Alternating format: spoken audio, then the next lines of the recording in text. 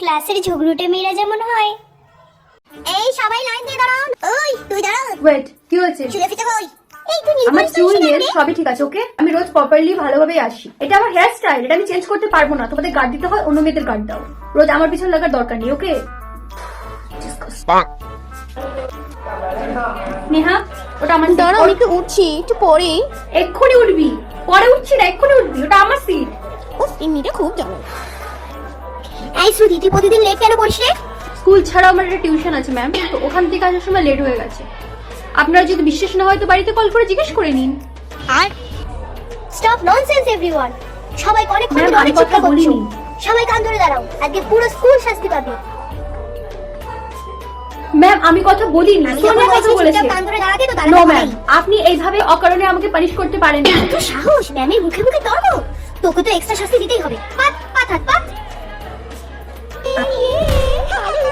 Sorry রে, আমার জন্য। এই সরি, আমরা তো নোটস পাইনি রে। ম্যাম তো তোকে দায়িত্ব দিয়েছিল আমার না? দায়িত্ব দিয়েছে, আমি আমার দায়িত্ব পালন করেছি। তিনি তোরা কি স্কুলে হয়? আসিস, এটা তোদের দোষ। আমাকে না। উল্টোপাল্টা কথা বলতে আসবে না। না, ম্যাম উনি যেটা দায়িত্ব খুব দিয়েছে আমি ভালো। পালন করেছি। তোরা আসিস না, তোরা পাস। দেখ, ম্যাম কি তোর নাম বলবোই? হ্যাঁ হ্যাঁ, তোর নাম বলবোই।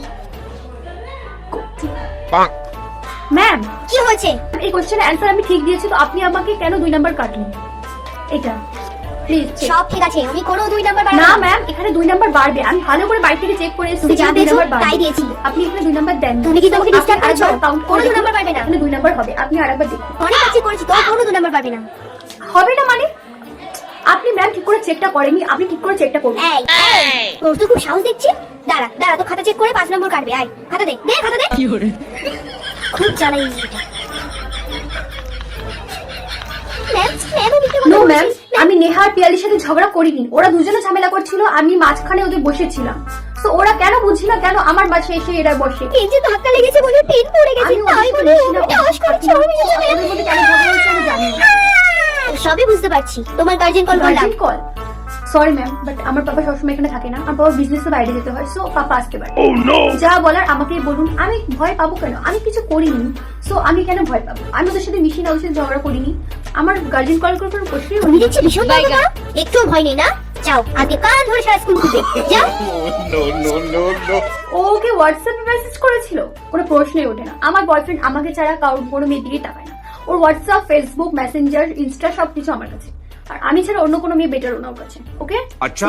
আমার বয়ফ্রেন্ডের কাছে আমি সুন্দর, সো কোনো প্রশ্নই ওঠে না। শ্রুতি, একা একা দাঁড়িয়ে কেন? আমাদের সাথে বাড়ি চল। হ্যাঁ বাড়ি চল, বাড়ি চল। No, my boyfriend is coming. Please come. अरे तू जा रही